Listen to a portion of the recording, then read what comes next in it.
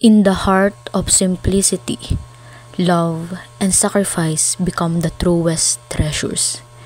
In their quiet strength, we find our greatest wealth. Paano mo nasabi na mahirap ka?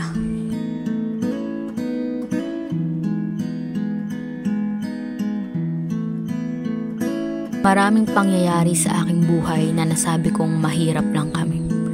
Isa na dito, yung tuwing nalalapit na ang araw ng pasukan. Dalawa lang kaming magkapatid, ngunit isa-isa kami kung ibili ng mga gamit ni mama at papa. Halimbawa ay ako muna ang ibibili ng mga gamit, tapos sa susunod na buwan ay yung kapatid ko naman.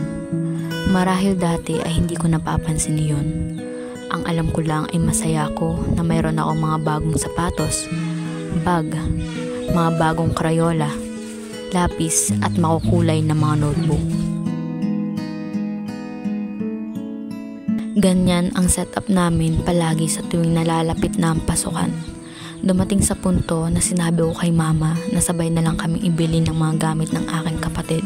Ang sabi niya sa akin ay ikaw na muna ang ibibili at baka masiro ang papa mo. Yang katagang yan ang nagpamulit sa akin na kami mahirap lamang, na ang lahat ng aming kagustuhan at pangangailangan ay kailangan munang paglaanan ni na mama at papa ng mahabang panahon upang makapag-ipon nang sa gayon ay maibigay nila ang aming mga pangangailangan.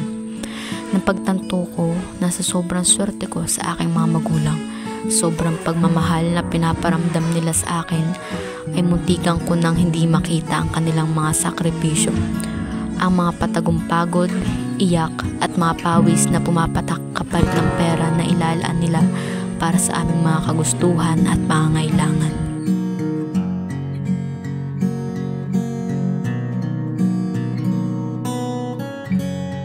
Ang totoo niyan, noong bata pa ako, hindi ko naman nararamdaman na hirap kami. Kasi nakakain kami ng 3 beses sa isang araw o higit pa. Nakakakain din kami sa labas at nakakapunta sa mall. Nakakabili ng mga laruan at magagandang damit.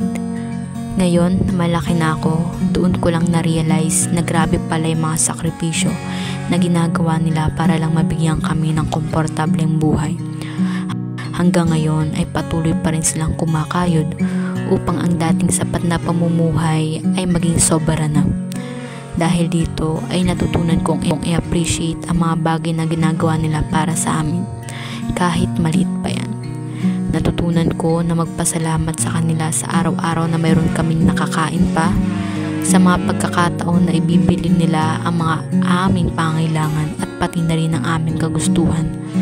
Alam ko na ang lahat ng iyon ay ginawa nila ng may pagmamahal.